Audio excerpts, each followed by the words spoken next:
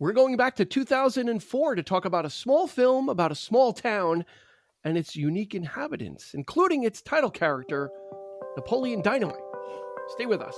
Get ready for the 3324 podcast, where lifelong friends Dean Legiro and Eric Kuber share their love of all things music and movies.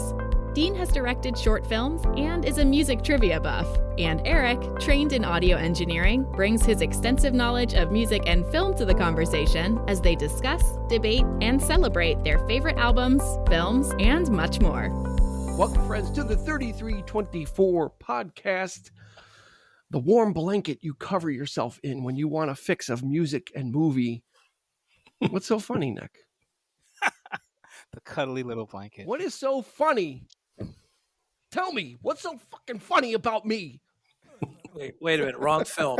Wrong film. Sorry. That's all right. Whoops.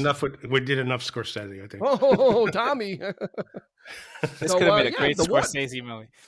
Same script, directed by Scorsese. Imagine. What, Napoleon Dynamite? Napoleon Dynamite. Oddly enough, a Scorsese film came out the same year as Napoleon Dynamite. Anybody want to take a crack at what film came out the same year? Gangs of New York? 2004? No. Departed. Yeah. Nope. Oh, Aviator. No, maybe. Aviator. Oh, what's Aviator? Huh. Yeah, so Nick, unfortunately, he was busy making his own film. So there you go. Anyway, thank you for joining us on each week, our weekly excursion through the minefield of music and movies that Eric and I deem worthy. Right, Eric? Yes. Oh, absolutely. What we deem worthy. Uh-huh. In It's our a high collective bar. past. Yeah. It's a high bar. No, it's not really a high bar. It's not a high bar. We're just really short people. So it seems like the bar is high, but it's actually pretty low. Okay. And this week we're talking about Napoleon Dynamite. We've got our usual cast of characters in addition, of course, always to Eric, of course, with the Rush shirt on. Oh, yeah. Hemispheres. Yeah. Hemispheres. Favorite album. Yep. Woohoo. We've got in the center square, we've got Mr. Sean Grady, founder of happy to be here. Drama from the Past. Are you the founder? Cool. Co-founder. Yeah. Co-founder. We will drop a link to that in the show notes. That is great historical reenactments from the Revolutionary War era in the downstate New York area. They've got something coming up, but it'll have passed by the time this episode comes out. So you'll have to check them out on Facebook for more upcoming endeavors. We've got Christy Cuomo there joining us again. Welcome aboard, Christy. Hello. Sean's got his what is that, iced tea in that mug? In that always that green tea with lemon, baby. Green tea with lemon in the 3324 podcast pint glass. Put what you want into it. It will hold adult beverages as well. Welcome aboard, Christy. How are you? I'm doing well. How are you? I'm doing well, thanks. And of course, founder of the blog, The City of Kick, which we will drop a link for as well, Mr. Nick Leshi. How are you doing, sir? I am great. Good. I am excellent. You look great. You look marvelous. Thank you. Look at this guy. Wow. Oh, man. He's dressed to the nines tonight. I didn't have any Napoleon Dynamite shirts, no vote for Pedro, nothing. I'm so embarrassed that I didn't you don't have You don't have a gaudy brown jacket, no? Nick, if you put Nothing a t-shirt from like the on, 70s that was hanging around in your Nick, if you put a t-shirt on, you can look like Pedro at the dance, like Don Johnson. There you go. Yeah. You could have done it. You could have done it. I could have. Quick, grown out my mustache. A tiny bit more effort. You could have done it. I could have. Come on, Nick. But John Chaney. He's the man of many faces. Yes, he could have done it. Absolutely. Mm-hmm. Maybe Nick will mount a stage version of Napoleon Dynamite. That would actually be very fun. I'm surprised it hasn't already happened. Yeah. I thought it did. I thought there was an off-Broadway thing. No, are you sure? Was there? Was a music? Was there a musical? I know they did a cartoon. I don't know about the stage play. Okay. Was there Napoleon? There was like a musical or something. Oh, I don't know. This is the kind of movie though. Like you can't do a stage version without it just being like a mimic. You know, yeah. You see what I'm saying? Yeah. It would be just like an impersonation of the performances in the show, and it's already a campy movie, so I don't know. There's just too much going on. I think. Unless it was a musical. In very subtle ways. It would have to be a musical. You know. I can see it. That's what I thought it was. If it would make a fun musical, it absolutely would. Uncle Rico could have like his song about wanting to go back in time, back in time, and there's a lot. There's some stuff there that could extend the what is it, the thing with the hands, that group. They could have their own whole number as well too. So. Happy Hands Club. Happy Hands Club could have a whole centerpiece. So no, it's surprised it never did. It would be definitely, this was a niche movie, so it would definitely be a niche musical. It's not, like Spider-Man, where they're, something that's, pretty really a big property that they could adapt and everybody would know. People are like, what the hell is Napoleon Dynamite? Because this movie only had a $400,000 budget. Released in June of 2004, directed by Jared Hess and written by Jared and his brother Jerusha Hess. $400,000 budget and a $46 million box office. Yeah, $46 million is not a lot of money, but on a $400,000 budget, that's a nice return. Yeah, it's a great massive return on investment for this film crew invading a town in Idaho for 23 days. Sleeping at the residents' houses and staying there to film this movie and really not spend a lot of money on it. Amazing film that just kind of it is. Eric, we did cult classics, and this didn't even come. Did this even come up when we did our top? I'm pretty sure it classic. I'm pretty sure. I think it was worth it. I think it was. It was most likely an honorable mention. Yeah, could have been. If not, I'm sure we had to have brought it up. There's no doubt that this did not. If it wasn't, it's a modern day cult classic. It go back and listen to the episode and find out. That would be. I don't know what episode number it is, so I can't refer anybody. But it is the top 5 cult films with our friend Andrew Kamines. But this is like a modern day cult film. It really, one of those films that kind of. And I think the thing about this film is that even though in the credit, like when this film was first conceived or released, there was no opening credits, and the MTV which was one of the backers of the film, or somebody was kind of like, we need something. It's kind of off-putting where this movie starts and you don't know much about it. So they actually came up with they did those opening credits with the different food, but there's a Napoleon Dynamite school ID is there, and it specifically says 2004, and they did that specifically to place the movie, because otherwise you're not really sure. Does it take place in a Twilight Zone-y town where it almost, even though it takes place in 2004, is it in a town where time has stood still, or is it just Napoleon's house and relatives that have stood still? No, it's everyone. It's like magic. It's everyone. I think it's the whole town. Yeah, sure. It's the whole town. Sure. Yeah, it's a town that, Which I'm sure there's places in America that are like that. Well, it's like very much are, right? You go back. But it wasn't. They weren't approaching it from, these are hillbillies or hicks. No, it was just like, this town seems to like. From the beginning, when Napoleon's waiting for the bus, he's holding a trapper keeper.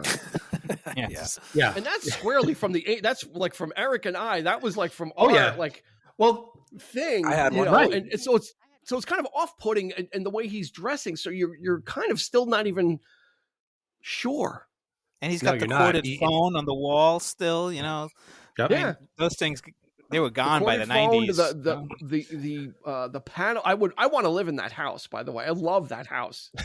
the sunken living room and the raised kitchen and all the paneling, the plush carpeting and the wood paneling. That's whoever did the production design really had an eye for it. Like they kind of were going for a specific feel, and I think they achieved it. I think I think it appeals to older viewers because of that retro feel to it. It's not pandering to them. It's not like they're throwing around 70s slang and talking like that. It's just certain aspects seem frozen in time.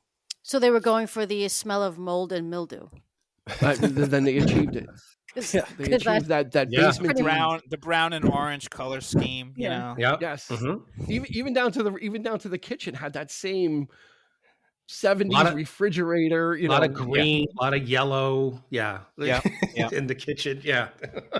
It's just lime green, like refrigerator, and the avocado green was big back then. Yeah. Let's roll through the cast, because there's not a lot of big names in this, and there wasn't a lot of parlaying after this either as well. But I think we need to recognize this cast because they did such a really good job with such interesting. This is one of those kind of movies that, if these actors are not taking it seriously, then we've talked about that, where it would cross into camp. And because these characters are invested in what they're doing and taking serious the situations they find themselves in, or the way the characters are, they sell it. I think that's probably the appeal of this film. It's not cult because they're camping it up and it's so over the top. It's camp because it's cult because it's got a lot of heart to it. I think. Mm-hmm. Yeah. Anybody for sure. disagree? No, absolutely not. It's a sweet, sweet film. My kids love it. They absolutely adore it, and that speaks to the timelessness of it. Generationally, it's it said something to everyone. So yeah, I rented it Blockbuster. I think it was like when it was just about on its way out. I think at that point we still had a Blockbuster in Tampa. And very apropos. Somebody recommended. I forget who. It might have been Andy that recommended it. So we did, and the kids just like Zach was only 10 when he saw it, and it was like his favorite movie. Yeah. So for anybody that wasn't a jock in high school, I think you can relate. Yeah. I think if you weren't a jock in high school, you can kind of relate to many aspects of this. Mm-hmm. Did any of you see it in the theater? What's that? I did not. Did any of you see it in the theater? No, it kind of came in. Even at $46 million, it was still a sleeper. It made a lot of money for what, but it was up against. Collateral came out that year, so I was seeing Collateral by Michael Mann. I was all full chips in on that. Yeah. But were you guys aware of it? Like, were any of you even aware of it when it came out in the theater? No, not theatrically. That's a cult classic right there. I had never heard of it. Like I said, somebody recommended it to me, and then I think I had heard of it as a title, but not knowing what it was. Exactly. Well, yeah, because of Suncoast. Because of Suncoast, you were still at Suncoast, so you must have heard of it. 2004, yeah. Just on the way out, 2004, on the way out of the Suncoast career, but it was one of those ones, that you kind of heard of this title, only because the title is so unique as well. Right. Yeah. And it doesn't tell you anything about what it is. Like Napoleon Dynamite is like. Is it a historical? What is that? Yeah, although Elvis Costello had a little bone to pick because he claims he created a character, or one of his songs has a character named Napoleon Dynamite in it, and Jared Hess said that he didn't find out till the day before they were done shooting that existed. And Elvis Costello was like, how could somebody not, those two words have never been put together how convenient. before. So how could you not know? But, who knows? Mm-hmm. I believe it was leading into, what's that? No, I believe it was one of the extras, young extras said, hey, did you know there's a Elvis Costello reference to Napoleon Dynamite? And he was like, oh. Oops. So he claims he didn't know that the extra told. Very interesting. So we've got John Hader as Napoleon Dynamite, Efren Ramirez as Pedro Sanchez. He has an identical twin brother, Carlos. Tina Majorino as Deb. Tina Majorino was a bit of a star before this. She was in Waterworld. She was in Karina as a child star, and then she kind of disappeared for a little bit, and then kind of reemerged, in more teen and young adult roles. Aaron Rule as Kipland Ronald Kip Dynamite. Again, not an big actor per se, but Kip is just great. He's great. He's just Napoleon. Yeah. John Grise as Rico, Uncle Rico. On Wikipedia, they have him listed as Rico Dynamite. I just like him as Uncle Rico. Yeah. That sounds kind of odd. People will know him from another cult film. He was Laszlo in Real Genius with Val Kilmer. Mm-hmm. He was always Laszlo was like the original genius, and he was in the basement throughout the whole movie. Would come up sporadically. So he was kind of as Laszlo. That was his other cult film, but really great as Uncle Rico. Haley Duff, who is Hilary Duff's sister, as Summer Wheatley. Emily Kennard as Trish Stevens. Chandrella Avery as LaFonda, who is great in this film. She doesn't say much. She just does. She does a lot of just emotive acting. Diedrich Bader, who is a comedic actor. He's been in a lot of films. He is Rex from Rex Kwon Do. And then I want to go with Trevor Snar as Don. Yeah. And Don is I think Don was probably told to overact on purpose, because the first time I saw Napoleon Dynamite, I'm like, this guy's the next Bruce Campbell, because he was overacting in such a way that was so, like, his was very hammy, but I think it was meant to be that way. Like Don was just, like especially at the end when when Summer made her pitch to be president. And then the happy hands came out, and like Don was like the only one that was like standing and clapping. He's kind of like puffing out his shirt, and he's like just acting very strange. But for that character, it was kind of funny, and yeah. And then the scene when Summer's giving out the badge, the buttons, and Don, it goes up to Napoleon, is like, "Hey, vote for Summer." I'm not voting for Summer. Like, who are you voting for? Vote for Pedro. And then he takes the button away. He's like, Don. He was like, Don, and he kind of the button, and he throws it and just like runs away. Like those kind of like one-off scenes like that are just it's gold. It's gold, and it's just so, like Eric said, just it's heartwarming. It's just like, I really just love this film just for its honesty, and it's just kind of I'm doesn't make any excuses except for the racist principal, who was just an awful. Yeah, sure. Yeah. Well, I'm just going to say that when you ask for best, favorite scene, this is going to be a movie that's going to be really, really tough, because I think the thing of it is like there's just so much subtle humor in this, like facial expressions, just voices. You can't really pick a scene that totally except for the dancing scene, which is the big finale. But it's like I can't imagine any other scene that really stands out. It's just the humor of this thing just gets you, and you don't get it all at once. You have to watch it several times. You get something fresh every time. It's a lot of small moments. That's what it is. It's not big monologue scenes. Right. It's small moments. And to the dance scene, they actually had one roll of film left, which was about 10 minutes worth of footage. And they're like, we need the dance scene. And John Heder, everybody thought that he was a good dancer. He didn't think he was, but there was like, oh, he's such a great dancer.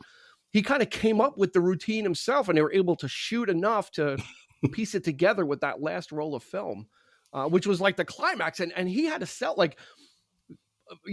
movie that usually the dance, like they had the dance, usually at these types of movies, the dance is the last scene. And the boy and girl get together. The dance was actually in the middle of the film, Sean. Yeah. I love the dance scene. I will preface my comment with that. But when I watch it again, there's times where I feel like he's a little too good. Napoleon, I know he rehearsed, but he rehearsed a lot. He was sweating, dripping sweat, and not a drop of sweat at the performance. Oh, you're talking about that he danced? You mean that he danced a little too good? I was seeing a little John Heder. I took me out of Napoleon for a couple times. I loved it. I love his scene. I think it's appropriate. But there are a couple of moves when he's kind of like, I'm like, that's a little. That's why it works. That's why it works. Yeah, I get it. It's like you're not expecting him to make some of those moves, even though he's been rehearsing so much. He was using Dequan's videotape on how to dancing that he got at Goodwill. Sean, next time. In his defense, when he's doing the what's it called, helping hands? Yes. Yeah. In the beginning, there is a couple of the. You can see his moves, and he's very fluid. So it prepares you that Napoleon. Good point. It's that lankiness too. I love it. I think there's a lot of Napoleon, and then a couple of Heder comes out. Like, but I get it. You are the character. The characters. But no sweat at the performance. He was sweating bullets when he was practicing, and not a drop of sweat after the performance. Maybe it was like David Letterman's. That's because he had to remain cool. It was. You know what? That was a turning point, because Pedro first of all decided that he after what had happened with the piñata, and you can't make a piñata of a person, like, and then he decides, well, I'm just going to go up there. I'm not going to say anything. So it's kind of like, all right. And then they didn't know they needed. They didn't know they needed a skit as well. So that was a great scene though, because Napoleon kind of like, he had the tape with him. It wasn't planned, and he decided, you finally got to see him step had his up. Back. They took his. He did, and he said that. That was a big thing. I think he asked Pedro in the beginning, "Do you have my back?" Or are we friends now? Or we're like, just that great thing. And then he kind of just unhooks the Walkman, goes over, like has an idea, and it's like it's the perfect. He didn't punch anybody. He didn't beat up the bad guy. Well, I think he won just by getting out of his comfort zone. Yeah. Just to Sean's point real quick, I'm thinking about it and I'm like, well, maybe it's because, he's practicing with that crappy VHS tape that he got. And that's why he's sweating, because that tape sucks. Obviously it's probably, and he's in that little room in that stuffy house, but it was the mixtape that she gives him, Sharonda gives him, that puts Fonda, that puts it over the top, I think. It was that tape that really got him, and when he put that on, I think that was like, he was in the zone, and so the things just clicked into place, I think. So there's a little bit of, he was in the mood. I guess you got to get, a little bit of fantasy going on there or something. I don't know, but it's just, it just worked, Yeah. It's a nitpick. Yeah. I agree. It's a nitpick. I love the scene. It's a valid nitpick. I love it. It is a valid nitpick. It's a nitpick. Yeah, He should have been sweating. A little bit. Not sweating bullets. Not sweating bullets. Give me a little perspiration. But it was one take. That's the thing, right? Wasn't it one? It was one take. Cool, man. That dance is cool. Yeah, like, he's not. And then there's like the silence. Sean made the point. The dance is cool, but he's not cool. He's not cool. Right. Because he still wasn't. I get the music ended abruptly, and he like awkwardly stood there and then ran off. Yeah. Because he's back being Napoleon. Yeah, so he became self-aware again, right? It's like he became so like unself-aware that he was able to kind of just do that.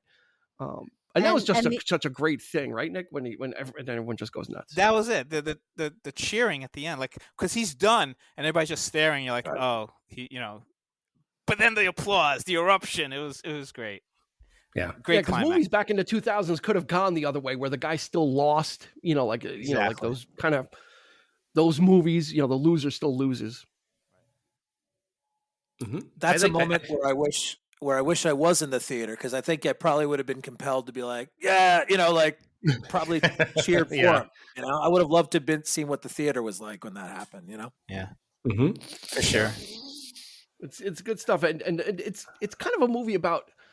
I took away of like kind of finding your tribe, because there was all those cliques, and Napoleon was kind of by himself, and then kind of Deb shows up at his door selling glamour shots, and then he takes that photo and says to Pedro, "This is my girlfriend."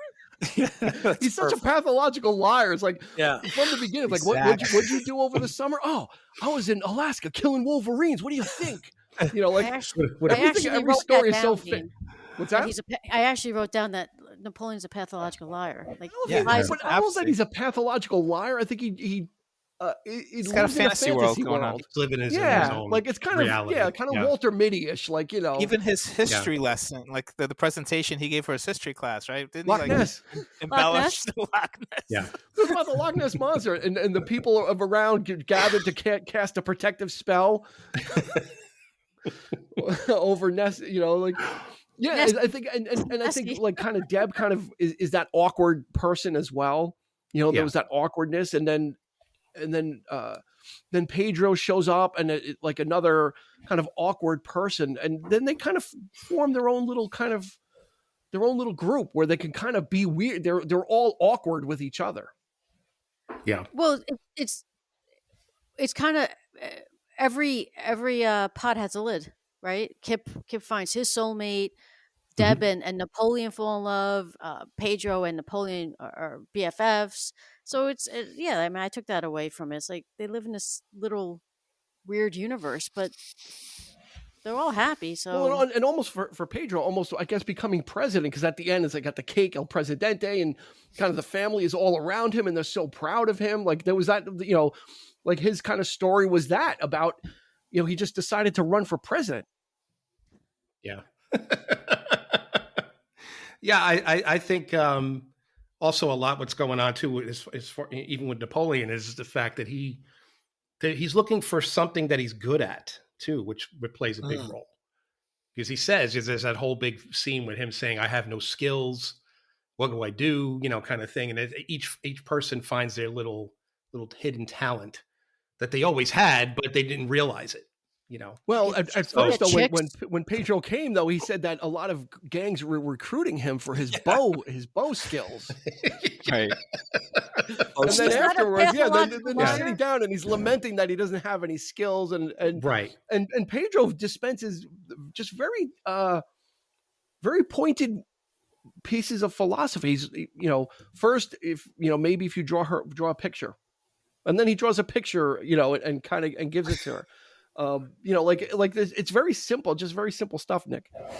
Yeah, and the skills thing is what point, because he's talking about nunchucks and all this stuff, and he loves drawing, but I don't think he takes it to heart that he's a good drawer. But then you could see that picture, as awful as it was of Trish, that he spent hours. You believe he spent hours working on that shading the upper lip. Yeah, that's when you feel bad. You feel sorry for him. He just because he does it with such passion and heart. Exactly. Like he's just in his own way. Uncle Rico torpedoed him. So we got to talk a little bit about Uncle Rico. Of course. Uncle Rico's appearance.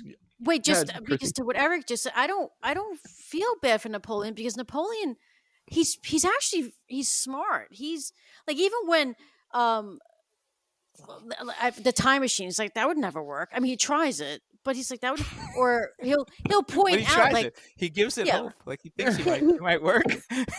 he'll point out, like, you can't not try it. Yeah. He'll point out certain things, like that's the dumbest thing I've ever heard. Like that's like he'll say to stories that are absolutely ridiculous, even though he's a pathological liar himself. But he's not stupid. I never feel bad for him, because I think he's happy. Like he has this weird confidence to him. He really does. Like this bizarre level of confidence that us looking in at his him, own world. Yeah, like in his own world, he's the king. Yeah, he's like the king of his own world. Mm-hmm. So, they Kip and Napoleon live with their grandmother. So we don't know what happened to the parents. There's an aunt somewhere as well, and then the grandmother's like, Lyle's gonna come. We're right out of steaks, and Lyle's gonna come tomorrow, and take care of that. And he shoots the cow across the street in front of the school bus with all the kids. Yeah. They all scream, and then it cuts to like Uncle Rico eating a steak. Like that's all they do is eat. They either eat steak or nachos and drink Gatorade. That's an quesadilla. That's just more towards Mexico. Make a dang quesadilla. Napoleon. The shooting of the cow is. I read that was an antidote. Like that actually happened to Jared. When he was like he said that was like something that legitimately happened, so he put it in there. I don't doubt it. I could see this all being like semi-autobiographical. He said several things about this film were based on stuff that he, grew up with and stuff. I think he had like 6 other brothers or something, and they all had like all these kind of like weird experiences like that. It's just one. Yeah. It's a gathering of experiences, Nick. Yeah. This started out as a short film, I think. I could just kind of see it as a bunch of friends just making a movie with all their in-jokes and all the stuff. And it's like, who cares if people like it or not? We think it's funny. And it ends up being funny. You could see the genuineness of it, and you could see that it has heart, Yeah, you could tell that this is not someone's interpretation of how these people are. Right, John? Yeah. The film was called Palooka. Has anybody ever taken it? It's on YouTube. Anybody take a look at it? No, I read about it. It's pretty short too, right? It's even short film. It's short. It starts the same. It's basically, the character's called Seth, but it's John Heder, and he's Napoleon, and he's got 2 friends, and a couple of the scenes are exactly the same, and they kind of just built a larger movie off this 9-minute short. changed his name to Napoleon. It opens the same way at the bus stop. The kid, what's weird is they're on bus with younger kids, but I guess because it's small town Idaho, that I guess the they school probably pick them all up. Everybody goes, and he throws the kid asks him, "What are you going to do?" He goes, "River feeling." He looks off to the side, and he throws the figure out the window, and then that's how it starts. Same exact way. So Sean, in that film, is Napoleon is John Hader's acting similar to in the feature film? Because one of the things that I don't know the answer to it, but I'm curious because it's genius. Were the creative decisions by each of these actors, was it theirs or the directors? Because some of these choices that they make as actors, I'm like, I don't know where they came up with it. Like, especially with Napoleon, like his and Kip. I mean, you take both of them, like the way Napoleon runs away from things. He has his eyes closed when he's talking to people half the time. Yes. He never smiles. He never smiles. I was watching the second time. I'm like, does this guy ever smile? Napoleon, I don't think ever smiles. Were these their choices, the director, or was it a collaboration? I think because I watched the documentary on like a making of it, and it was on YouTube. I was YouTubing a lot. And there was input from the actors, and the director would be like, I want you to do, like, we know Napoleon's getting, beat up with the headlock. And he's telling him, all right, you're going to put him in the headlock, pull him down, maybe push him up one more time. But he doesn't really tell John Heder what to do. John Heder kind of has the character down. And you know what I love about that headlock? He never lets go of the trapper keeper. He's got the trapper keeper. He never he doesn't try to get the guy. He's just like waiting for it to end and waiting for it to end. So the director just like the other kid. I think he directed like the Outsider guys, but he said a lot of times Uncle Rico's thought it would be a good idea to, while Kip was cutting the steak, he grabbed the steak, the one that he was cutting, and threw it in Napoleon's head. So I think a lot of it came from the actors, and the side characters came from the director, from what I saw in the documentary. And then when he gets bullied and beaten up, but then he comes to the rescue of the other kid later. But it's all to kind of get him to kind of vote for Pedro, right? It's like, they're buying votes. Pedro offers you his protection. By the way, and it gives him the keychain, and it's like, you just bought your vote. So he's going to tell all the nerd kids. The most gentlest of gangbangers ever. It's just a look. They shake their head. Yeah. Nope. When you're trying to take the kid's bike, and that's then there's no gun. They don't need violence. They're just like, nope. Yeah. Nope.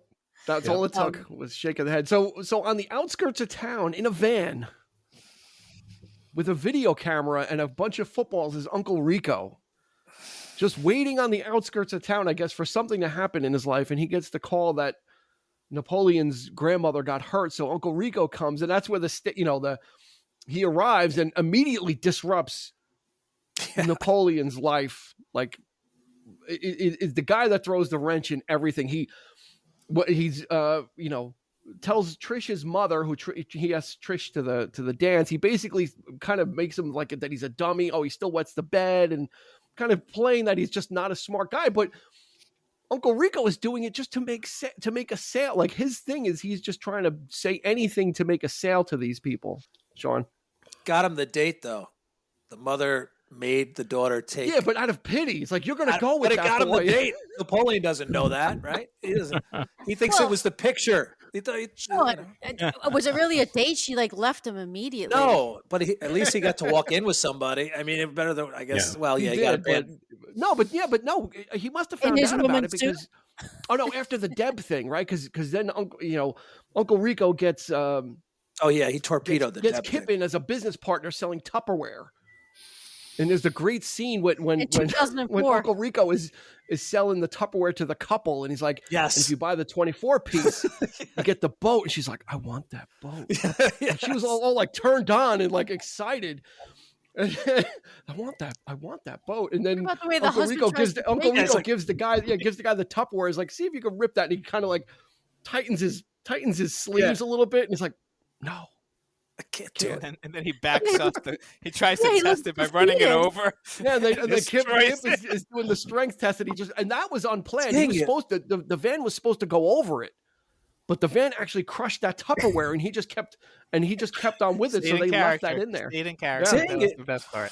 But even to that small character, the couple with the pirate ship and the Tupperware, like even those choices, like the guy who's, it's just so much little subtleties where he's just like, and then he's like, can't do it. Oops, And like that defeat, that absolute defeat that he can't break the tempo, and he looks like he's really trying, and just like he let down his wife, like she was like down. looking at him like, oh, you couldn't do it, like and just even those choices, so strange, it's a very well acted film. It really is. Because it's these little weird, strange, like Eric said, it's not these big scenes. It's these little weird, strange occurrences, these little small moments in this film that make it. This is not like I said, about the big scenes. It's about these smaller moments between these characters. And then when Uncle Rico comes in and he's like, oh, look at the video. And he's playing the video of him throwing the football. Like Eric said, that's when Napoleon's like, this is the stupidest thing I've ever seen. And Kip's like, Napoleon, how can anybody ever know that? How can anybody ever know that?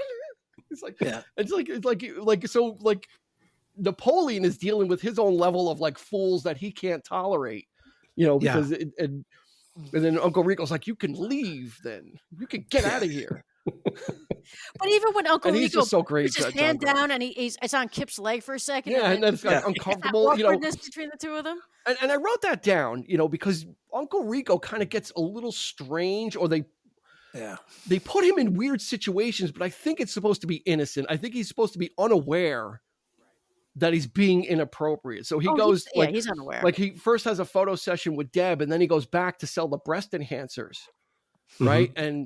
And he's like, oh, I have something for you. And he starts like undoing his vest. I'm like, oh crap. Okay, now this movie's taking a turn and it's going to be like this weird thing. And she's like, Mr. Rico? And he like pulls out the brochure, and then he sees like Trish and Summer on the street and like pulls over and it comes off as creepy. And then he was probably having sex with that old lady, right? When he went to go drop off the Tupperware. When he was supposed to take Napoleon to the dance, and he's like, I'll be out in a minute. And he goes, don't bother me. Yeah, I close the deal, Sean. I think he's unaware, because if we take to heart that this is 2004 and he's living in 1982, he has no awareness. Like he just has no clue of what's appropriate or not. He still thinks that if they put him in the fourth corner, they would have won, and he'd be living in a mansion right now. I don't know. I feel bad. I love that scene. That's one of my favorite scenes. More than I feel bad for Napoleon, to be honest. I do, because he keeps lamenting going back in time and what would have happened and what would have been different. Yeah, I love his character. I think that's one of my favorite characters in the movie. And I think it's part of that. You could totally relate to him, like, like this guy who had his moment, like the Al Bundy, like reliving that football thing. Like if I was only in there, but it's hilarious. Every choice, like Christy said, is just, you wonder how much was in the script. I would love to read the actual original script and see how much was improv and how much was just, a couple of takes. Let's see what's funny, what works, or if it was all in the script, But Nick, I don't get the impression he ever was put in the game. Like he's like, if he wasn't. He says, I wish you would have put him in. Yeah. He's looking back fondly on a time and wishing something. Like even when he's like, I could throw the football. What do you say, a mile? I could throw it over this mountain. Well, he said I could throw this one, but I could throw this over the mountain. And he throws and knocks over the camera. Oh yeah, his throwing arm is not the best, but it's accurate, because when he throws that steak, he hits Napoleon like right in the face with it. So he's got a weird throwing style. Like his throwing style is very not coordinated, but it seems to be pretty accurate. No, it's we watched the video and the way he throws it, and then he throws it like kind of sidearmish. It seems like they asked him to throw it with his other hand. You know how when you try to throw it with your non-dominant hand and you can't, and it looks weird. Yeah. It looks like that's what they were asking him to do, because it was just so like that kind of thing, like where it's awkward and you don't know what you're doing. But but Napoleon gets his revenge on him though, because he throws the orange at the van with Uncle Rico after he finds out that he gave Deb. After he finds out he gave Deb the breast enhancement thing, and Uncle Rico's like, oh, like he stops the van and he's like trying to get it out of gear, and then they tackles him, and it's such a you're ruining my life. Yeah, Grandma called. She said you have to leave. Said you have to leave now. Well, I love how they keep it, this situation, to keep it contained in the family, right? It's not, you don't see a whole lot of people in the town, like, involved in any of these antics or shenanigans, which is, Christy's point. It's like if they had tried to play it straight, it wouldn't have worked. I mean, it's the whole point is to make you feel a little like the whole movie's just off. Like you don't know where you are, what time frame you're in. And that's what I think adds to the whole flavor of the thing. It's like, Uncle Rico is most especially because he does come off like a creep. And I just think that's the humor in that. That's the funny point because, and for people who don't get that, I think, I feel sorry for you because, because that's the whole point of this situation is that they're all unaware, they don't, they're all living in some kind of weird place, which I think is great. So, it's kind of like the two milk scenes. Yeah. The first one. I'm sorry. I'm Christy. I'm only laughing because I can't stand, this is one of my things. It's like, I can't stand watching people eat or eat cereal or drink milk. It grosses me out. It so watching this movie is especially the scene where they're on the farm. Oh my God. This one got into an onion patch. But the first one, I watched it with subtitles because I had no idea. Like now I know what that guy says about over there. I had no idea what he said the first time around. I had no idea. And just it really makes you aware of how poorly chickens are treated. But the flies on the food that they eat, the sandwiches, on the sandwiches, and then they're drinking it looks like orange juice. It's eggs. Oh, and the two guys drink it, but when Napoleon drinks, he's like, oh, and then raw eggs. It looked like OJ. And then the other like one juice.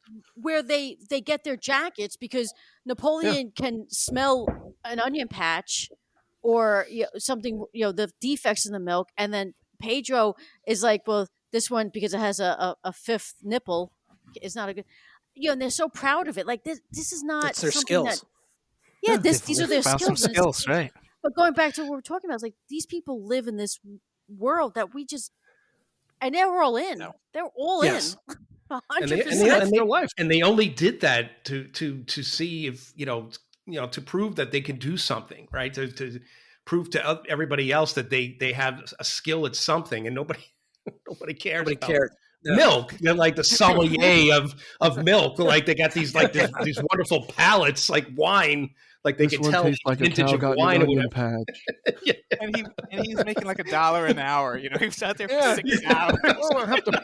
I don't have my checkbook. I have to pay in change.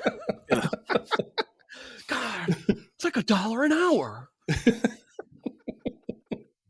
It's like all nickels and coins, like nothing. In 2004, who's happy about making $120 for the day or 75? The guy made 75. That's not bad for what they were doing. They were not. They're going door to door. That's not bad. They live in Idaho. I don't know if the cost of living door to door and selling Tupperware. That's not bad. Again, speaking to the whole weird place that they're in, the timelessness of it, the sort of Twilight Zone, Forbidden Zone, whatever you want to call it. But that they have to feed. Yeah. They got a llama. What's that about? Tina. Go eat some ham. He's like throwing the food on the floor. Lard? Go get some ham. Eat food. Lard? The way the llama side eyes him, like the llama looks at him like. Yeah. I think they have an adversarial relationship because at the end, the llama's when Grandma comes home, the llama's like licking and kissing Grandma, loves. Thank you. Loves Grandma, but and nobody seems to like Napoleon, right? The uncle doesn't like him, the llama doesn't like him, his brother. Everybody's just kind of got a thing for Napoleon.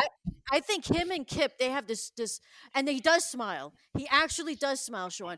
When Kip is getting on the bus with LaFonda, he looks, it's very subtle. Like he looks like very slight. Very slight. No, you're right. I do. He believes that he found a soulmate, and that's what made me think: does he ever smile? I know exactly what you're talking about because I'm like, that's the closest thing I've seen. Yeah, they have this odd relationship. Like even when Napoleon calls from school when he has to leave because he's suspicious of the nurse to take the phone around the corner, and then he's feel good. But initially he's like Kip, he's like, well, what's wrong? And then once he finds out, he just doesn't feel good. He's like, I'm busy because he got back to his nachos. But there's a little sincerity in it. I think they care about each other. Even when he rips off his mole, he's like, Let me look. Like I think they respect each other in this weird universe that they're living in. For the nacho scene, you actually have to go back and watch the plate of nachos because the amount of cheese changes. Oh, really? It starts off really low, it gets medium, and then in the last scene, it's actually a pile of shredded cheese that they're just like just messing with you. It's just a continuity thing. I think they did it on purpose. They just kind of messed with you. Purpose. Was so obvious, that an homage to Scorsese? Yeah, I don't know what it was. How many takes did it take to do that nacho scene? Just Sean, before I get to you, and one other thing I noticed is the first day when they're in the cafeteria with Pedro and Napoleon, they're eating corn dogs, right? The next time they're in the cafeteria, they're eating a hot dog with corn on the side. I don't know if that means anything.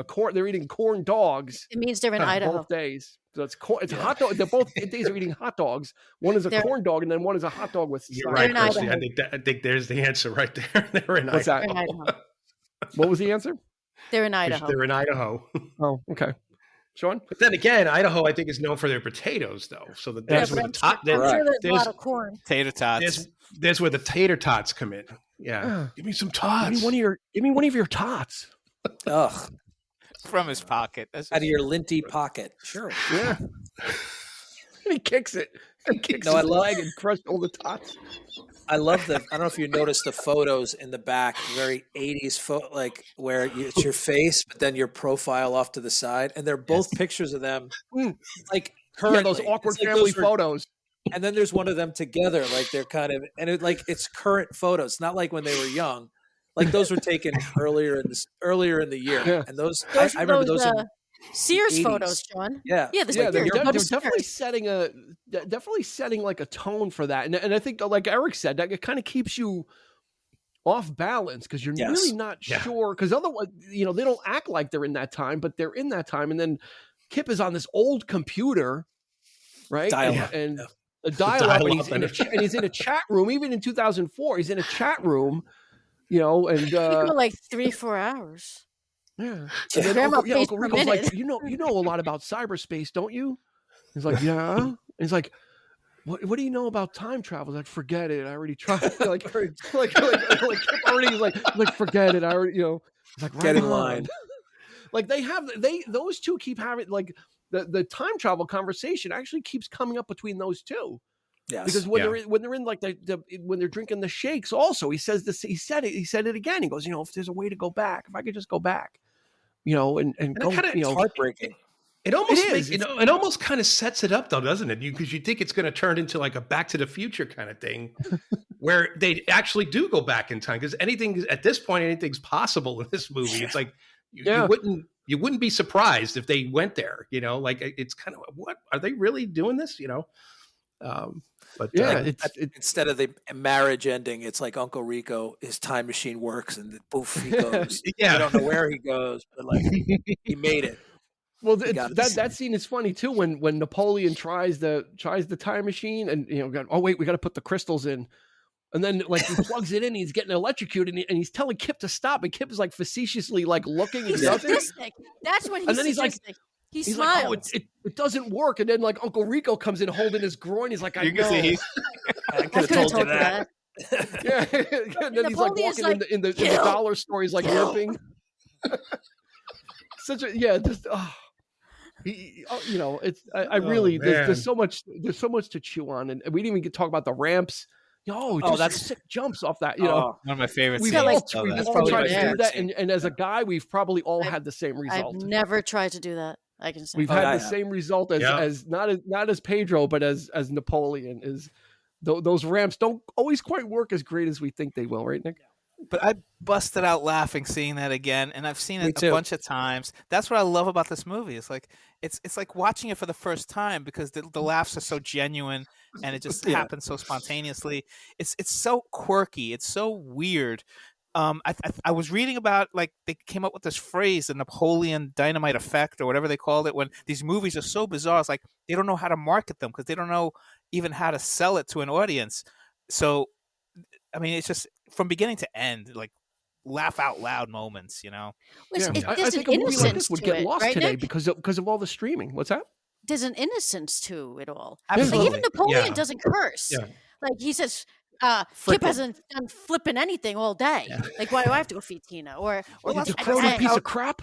That's how Dean mentioned it earlier. It's like there's moments when you think it's going to go down this weird, serious, creepy way, you know, and Yeah. it doesn't. It stays innocent. It stays fun. Nowadays, it's like you have movies that are trying to be like unpredictable, and it usually Yeah. goes for like the shock laughs or Mhm. this was innocent. You know, it's still funny and hilarious, and pushing the Usually they try to boundaries. subvert your expectations. So we'll Yeah. do this, and then we'll have a 360-degree turn in the middle of the film, and it becomes a gore fest. You know. Well, Yeah. This had those weird signals to it, but you still just didn't.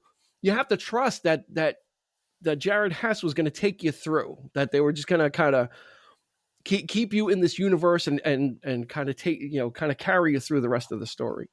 I wonder if the fact that they're Mormon had something to do with that level of innocence, because it's a different lifestyle, not one that we're accustomed to. So that might have played into to what we find as quirky or however the words we're using to describe it. Maybe it was.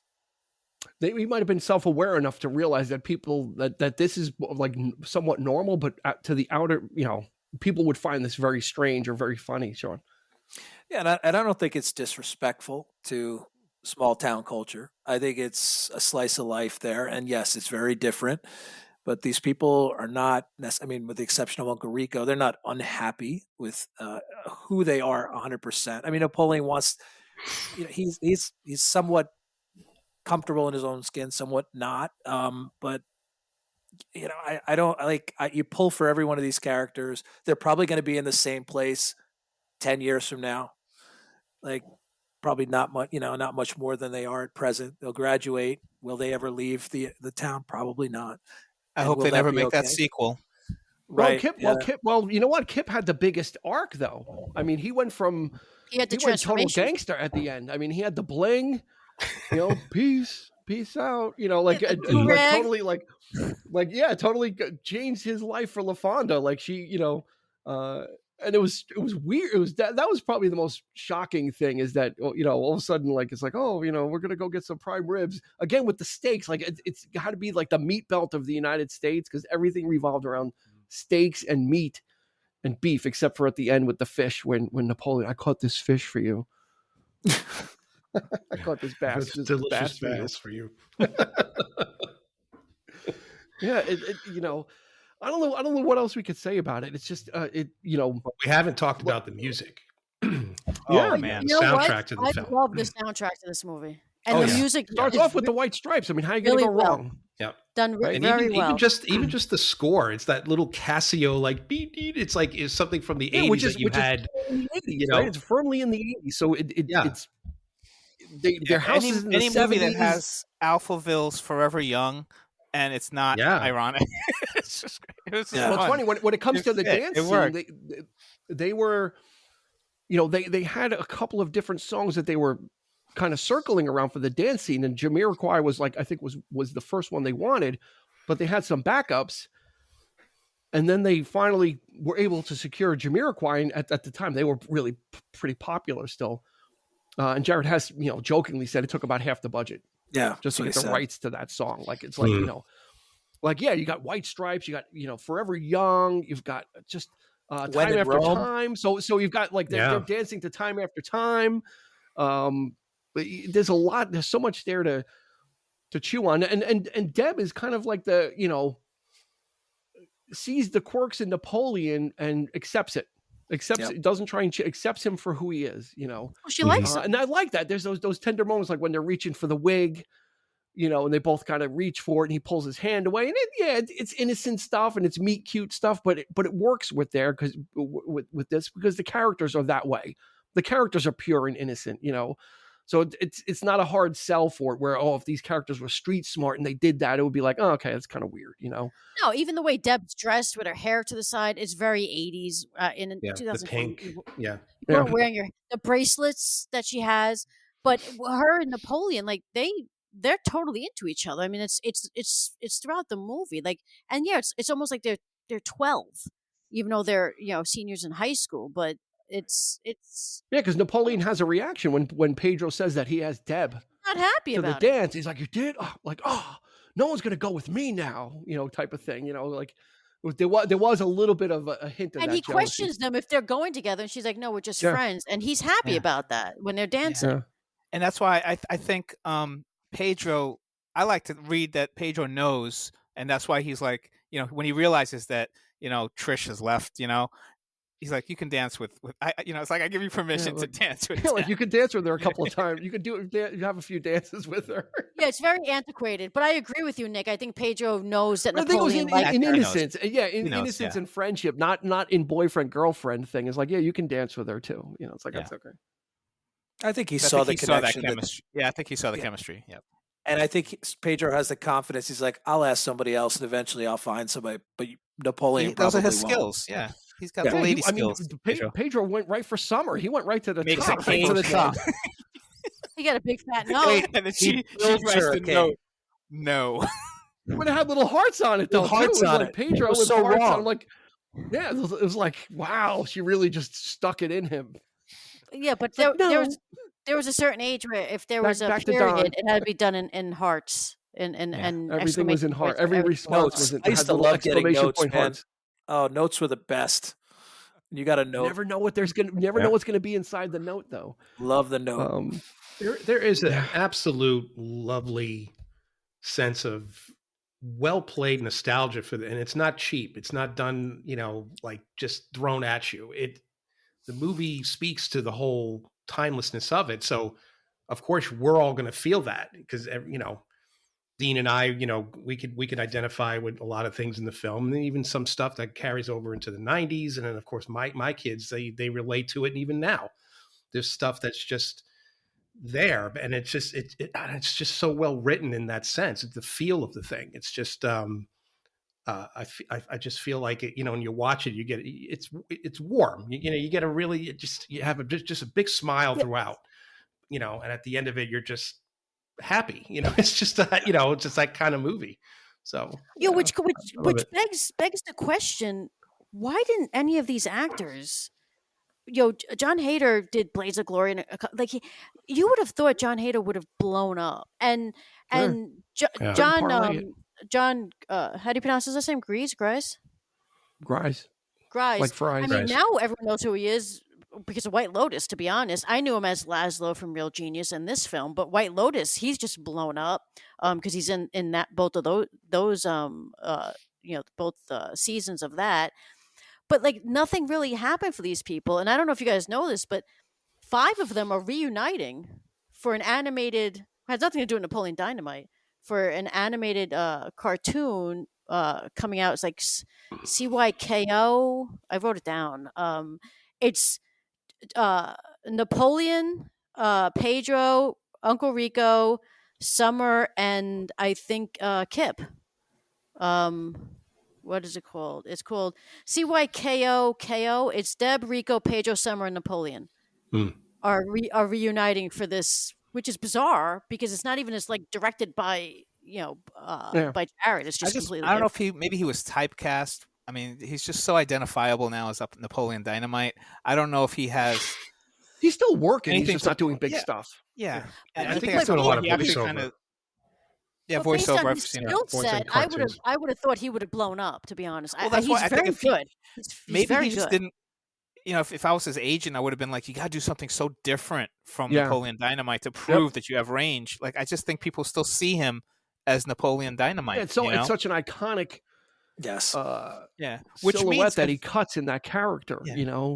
That it's very easy to believe. It's easy to believe that that's him too. And I think eventually it's so realistic. They're going to want to do a sequel. I've heard they've been trying about it because I think that was like their bread and butter, But I think it would just destroy it. I don't want to see that. Yeah, John Heater has said as early as this year, he says, I'm still up for it, but it would have to. He goes, and he said, would want to see Napoleon go a little darker, and not a rehash of the same thing, like not a rehash of the same stuff. I'm not sure we need that no matter what it is. I think this is a movie that's where they would make a mistake. That's where they would make a mistake. You leave it alone, and you just kind of, they go around. They do a lot of screenings of Napoleon Dynamite where John Heater and Ephraim kind of show up together, and they talk about the film and stuff like that. That's great, but I don't think we need to see the dark turns of life that happen to these characters. No, I don't want to see. It would lose its heart, everybody seems to want that, right? Actors are in. Everything today is taking that turn. Like, it's just so fun to play. Life. You get older and you want to see that, and we want to play that kind of thing. I don't know. There's certain things you just leave well enough alone. You kind of want it to be the same. You want it to be like he still has that kind of innocence. And but I wouldn't want to see a 50-year-old guy like that, like with that awkward. Like that awkwardness works because part of it's immaturity when you're young. Part of it's the high school experience. Part of it is the awkwardness of meeting somebody that you like. There's a lot of things that play into the overall kind of scene setting of this film. If you bring it 50 years into the future, Deb's an alcoholic and he's closed off. He doesn't talk. Like what are you going to do? Like how are you going to make it darker and make it accessible? Yeah. And make it accessible or make it, without it getting weird or like paying lip service to the film. They're the family in Back to the Future. There you go. They're Marty McFly's parents. There you go. Yeah. Pretty much. Could be them. Yeah. But I think they should leave well enough alone. This is a film. I 100% agree. So if they're watching this, don't do it. We all agree. Don't do it. Please don't do it. Do it if you want to, but doesn't mean we're gonna. It'll be streaming on Netflix. A Hulu original is what it's going to be. Only if you make it for $400,000, 2023. Will they still pay John Hader $1,000 because that's what he got made on that movie? And that's the point I was making earlier. Is a film like this, because Nick was saying there's that syndrome of how do you market a film like this. Had this exact film been made today, it probably would have gotten lost in the shuffle just because of all the different ways of streaming and distribution. Certain people would have seen it and most people wouldn't have, or if you don't have this or that, so it benefited from the era of 2004 where film and the theater was still the place to go, where it got that word of mouth of, you got to see this weird small film. Nowadays it's going to be like, oh, did you see Napoleon Dynamite? What's it on? Peacock? I don't have Peacock. Mm-hmm. Or what's it on? Netflix? I don't have Netflix. So the business has changed so much that this really kind of might be the last cult film from a theater that outside of Cocaine Bear, which is out now. And it's unlike Cocaine Bear, which like kind of built up because of the trailer and things like that. This was legit word of mouth, like in terms of I remember hearing people just saying quotes from the movie, and I'm like, hearing that first before I even saw clips from the movie, and that's what made me want to go and see what they were talking about. Everyone was wearing the Vote for Pedro Vote t-shirt. for Pedro shirts. Yeah. But that was a Those big were thing. everywhere. Yeah. We should have gotten them. Everyone started perming. Every guy started perming their hair. No, that was the Brady Bunch, I think. I got confused, Sean. You know what it was? It was the paneling. It threw me off. Exactly. Shag carpet. Same paneling. All right, well, let's go around. I mean, like I said, I don't know if there's scenes, but if there's any favorite quotes, let's spill them out. Christy, what do you got? I have to think. Or scenes. Think about quotes. I mean, scenes. I think everyone loves the dance scene. It's a great scene. Great scene. The time machine where Napoleon tries it. Because you have those three main characters. I just like everything that happens in that entire scene from start. Like when Napoleon walks in, he's like, "What's that?" When Uncle Rico's like holding his side, he's like, "I could have told you that." Like that entire scene.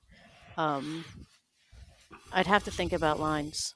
There's a lot, but come back to me. Okay, Nick. The Liger scene is my favorite. I had no idea Ligers even existed until this movie. So apparently they're real.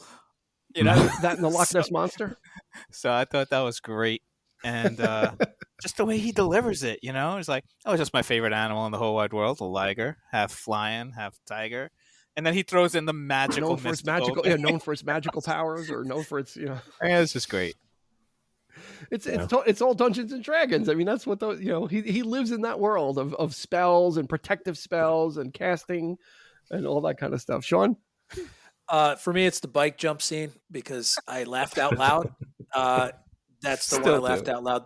I still do, and I did that as a kid. Except I got really legitimate height when I made those ramps. But we'd go too far, too high, land like Napoleon did, and it's It wasn't the takeoff; it was the landing. It was the landing. Sometimes that you didn't stick, and that's when it was really painful. But that was barely got like a few inches off. It's like you got like 3 feet of air. It's like not even close. Yeah. Of course, everything's exaggerated. Everything is more spectacular than it is in his world. And my favorite line is, "Why don't you go eat a decrepit piece of crap?" That's my. I think that's a great Uncle Rico. Yeah, exactly. Christy, I have my favorite line, and when I was watching it, I said, "This is the best line ever." When he goes up to Deb in the cafeteria and he's like, "I see you're drinking 1% milk. Is that because you think you're fat? Yeah. Because you could be drinking whole milk." What a pickup line!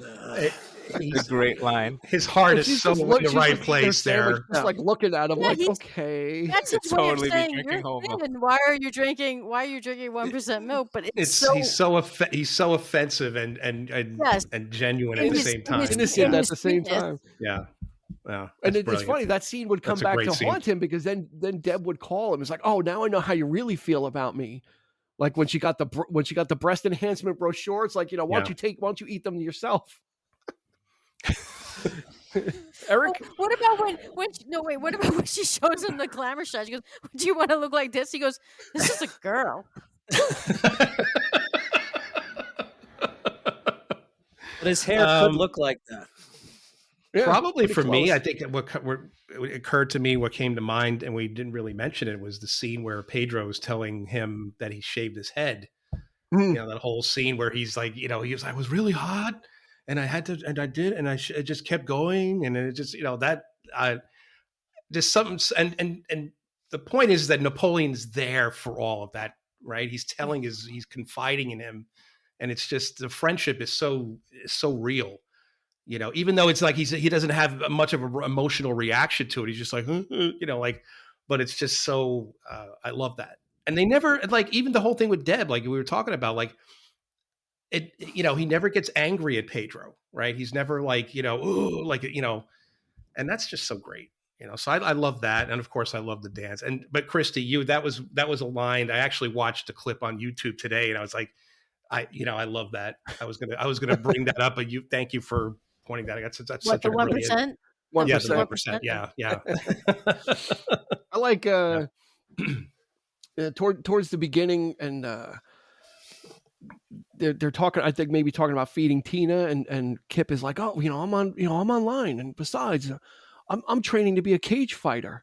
Like, come on, come on and hit me. So he comes down and they kind of do whatever, and then the doorbell rings, and Napoleon's like, "I'll get it," and then he slaps him right in the head. Love it. He slaps Kip right in the head. Oh. And then the Rex Kwon-Do. Oh, there we go. I'm happy you brought it up. Yes. Yeah, and you have to watch it. You have to watch it actually, because John Heder in the reflection, when Kip does his leg sweep, like when he tries to do a spinning leg sweep, John Heder starts laughing. You have to look in the mirror. I gotta get that now. He starts to lose it a little bit during that scene because it is just so, he's like, Rex is like, "Grab my arm." No, grab my other arm. And he's using, and Kip's using my other arm. and then Kip just felt like, or you want to be like this guy, like dressed like Peter Pan, and he's like pointing at Napoleon, like made you feel so bad for them, but yeah.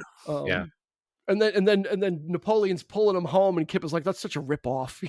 What about those just pulling him home on rollerblades on his bike? Like, can you pull me into town on the rollerblades? I think the physical life that they created for their character is amazing. Like just like the always looking to the side. Napoleon, even Kip does it too. Yeah. Like when but before he does his roundhouse kick, he kind of looks off to this. They both have that like little quirk about them. I just think they're physical and the running. I love the running off with Napoleon. Yeah, they kind of like lean forward and run away like that. All the characters, even the bully runs that way after Pedro's relatives come up when he's assaulting the kid with the bike. He does the same type of like hands by the side and run away. And even Summer's dance with her girlfriends, like it's so like phone it in, kind of like everybody thinks this is so great. It's really not. It's like the best you can get from like, these are the most talented girls. It's like and most popular. It's just and they perfectly sell that like. Yeah, they thought they had it in a bag. That's why they had it in a bag. It's like they phoned it in. No one else is exactly. And Summer was just so bad too. Like, who wants to eat chimichangas all the time? Oh like, yeah, I was like and like I said, the principal's like that's a good point. Like. Yeah, and the racist principles, like we don't do that, and maybe in Juarez you do this kind of stuff, and and Pedro's like and it was big, like that one of those scenes. He's like, I don't understand why this was such a problem. Like, in where I'm from, we do that, and so there was that intolerance. And then when the principal's like, and now Pedro Sanchez, and he looks so put upon, he looks so pissed off that he had to introduce Pedro. Like when he was coming out to like make his speech, I'm like, and he's like, I don't understand what's the worst, difficult about this. The cafeteria, he's like, do you speak English? It's like he does. Yeah, it's like, come on, dude. Yeah. It's like, the first day, he doesn't know the building. The guy had 3 scenes, and we knew everything we needed to know about that principal, how horrible, how awful he was. He had 3 lines and 3 scenes, and he was just awful, right, Nick? Yeah, and that's it, because it's like they take everything so seriously, no matter, even if they're not that like. Deb with the photography, Napoleon with the dancing and the drawing, and it's like they put their heart into it, and it's so much better, because they're enthusiastic about it, like in the sense of they think it's the best, and that's what counts, So I just it's a great message, it's just that's why it's so endearing. So Nick, are you saying the principal threw himself into his racism? He did. He threw himself right into it. They all threw themselves into everything. Even down to Deb picking out the wig. She's like, Pedro, this matches your season. Like this, and Napoleon's like, you look like it's like a warrior. When she has Uncle Rico taking the photo, and she's like, now imagine little sea lions around you. Yeah. I was like, I did feel good, Deb. Thanks. I love it. That was really relaxing. Well, how about the grandmother too? Like going off and when she's just going off and riding, driving a dune buggy at somewhere. There's a lot you don't know about your grandmother. She was out on a date. She was also a genius. Yeah, and all she wanted to Ray Donovan too. And all she wanted Ray Donovan for a long time. All she wanted for them to do is to do their own thing and to get out of the house and grow up and she's trying to teach him that, and I guess in her own way, but it's just I'm out of here. I'm going to do my own thing. You guys, whatever. Make a quesadilla. So why was there a need to bring in Uncle Rico? That's what they said. We don't need you. Because the grandmother didn't, she obviously wasn't that concerned. So why did he have to show up? He probably saw an opportunity to get a place to stay for a while. Free meals, like he could grift. Free meals and kind of work his little things that he has going on, his little scams or whatever it is. So, do you know the woman at the end? Let's go around. Let's go around. Favorite character, Eric? My favorite character. Oh goodness. Yeah, who'd you really like? Who'd you connect with? Who did you connect with? Probably, a lot of Napoleon. I think a lot of his inner, introverted self. Just being, even the way he like looks down all the time and just doesn't want to, he never looks anybody in the eye hardly when he talks. But he has things come out of his mouth that are very intelligent and very, but yeah, it's, I can relate to that, especially back then, so, but I also love Deb. I think she's sweet. Yeah. She is. Yeah. Sean, Uncle Rico, are you an Uncle Rico guy? No. I of course Napoleon. I think I like Rex Kwon Do. I think that's just funny. How did I know you were going to say that for some reason, Sean? I don't know why. Bodybuilder way. I go home every night to Starla. Starla was a man, right? That was not a woman. No, Yeah. it's a lady. Yeah. No, Yes, she's a bodybuilder, Starla. I don't know if I'm Starla was a convinced. man. No, I think Starla was a man. She's a No. All right, well, I'm bodybuilder. Googling. yes. All right, sorry, Starla, if you're the woman. No, I just like, and it's funny like that. Like we've all been called up somewhere, and someone's like, "Do this, no, the other one," and you're like, you're on the spot. No, I love that. Carmen Brady is Starla. Oh, sorry, Carmen Brady. I feel terrible. Oops. Yeah, she's a I'm female. sorry. She's a bodybuilder. Wow. Oh. She'll rip you in half. So I you better apologize. I apologize. Oh, really? Right? Because you saw what happened to Uncle Rico. He put those pots and Exactly. pans over her chest, Yeah. and And Rex that was Pondo walked in. And then Rico's in the sling the next time. Yeah. He's got the sling on his arm. Sean, Nick, who do you like? Who's one of your favorite characters? I love them all, but I like Uncle Rico. I think that's a great character from beginning to end, and he's got an arc. He's got levels of emotions, and but I like Pedro. I like Deb. I mean, they're all great, but Uncle Rico, I think, is hilarious. I'm going to go with Uncle Rico because he's kind of a tragic figure. His heart's in the right place. He just doesn't always go about things the right way, and like that scene with the steak, it really was well acted when he's like, if they would have just put me in, you want to bet I could throw a football? Like you could really see in his that eyes. Like, you could see the pain. Yeah, you could really see that, and I'd be living it up, and I'd have the hot tub, and I'd find my soulmate. He's not looking for everything, and his acting in that scene just really sells it. Like he doesn't camp it up. It's like he really feels that way. If they'd put me in, if I had just gotten that, if I had just gotten the chance to show what I can do, and I think everything after that, has kind of been Uncle Rico's life is just live, because you see, all he does is film himself throwing the football. That's all he does is film himself throwing the football. And like that one thing kind of like, and that's all he wants to do is go back to 1982 so he could get that shot. And I think I like to picture that scene when he tried the time machine because they don't show it. They just show and that's what makes the laugh because you only see it. But I bet you he stayed on for as long as possible. He's like, I'm not kidding. Yeah, he was holding his groin even in the dollar store when he was walking around. He was like still limping. He still had the after effects. Christy, what favorite character before we move on? Starla? Well, if you're asking who to relate to, I don't relate to any of them. I would have to. No, who'd you like? Who'd you enjoy watching most? Kind of like Nick. Like I loved all of them. I think the acting with Napoleon. I don't think LaFonda should go unnoticed here. She did. Again, it was just in a lot of just. She smiles at Napoleon because she sees him when they're getting on the bus to leave. Yeah, and it's just like it's really gives quick. Like a quick wave. Yeah. So I really enjoyed her performance, but it's hard to. I was really impressed with all of their creative decisions, but especially with Napoleon, I think, and Kip. Like just these.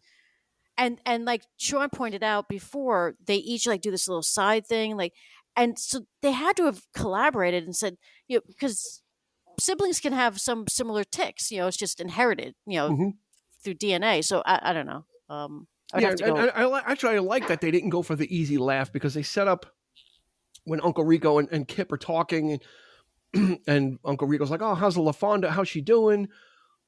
And Kip is like, "Oh, I'm so TO'd. Like she won't send me like a full body pic. They're setting this up that this person's gonna be like the worst looking person. Like they're setting it up like online chat room is gonna be the worst. And LaFonda comes out and she's gorgeous and she's beautiful and she's vivacious and she's fun loving and she's in love with Kip. Like she is absolutely head over heels for Kip. And her brother is mortified. And I like that they talk about Nick about subverting. I like that they subverted that. They could have went with the person like, oh my God, chat room person, and he loves her. And I like that like that was his dream. He's like, and Kip was like, I found my soulmate. Like I found her, and that's what Rico was looking for, and then that's why he cries at the end. Rico's on the outskirts of town again with the sling, throwing the ball, and then this woman comes down on the bicycle and kind of pulls in and stops and kind of talks to him. But at that point, if you notice, Rico's not wearing any of the 70s clothes anymore. I didn't notice. Yeah, check that out again. He's wearing like a white button-up shirt, like a regular person. Like the vest and everything is like hanging on the line. I don't know if that means anything. That once he had kind of left that in the past, that he can move forward, because he's not wearing that. He's wearing like just a white button-up shirt, like he was in a, like at a party or whatever. That's Kip's real life wife that rides the bike up. Yeah. Isn't it implied though that's his ex-girlfriend that he talks about? Yeah, that's what I thought. I thought it was his ex. No, I didn't. I thought there was some connection with some... them, and she was coming back or something. Or I thought it was just some random girl.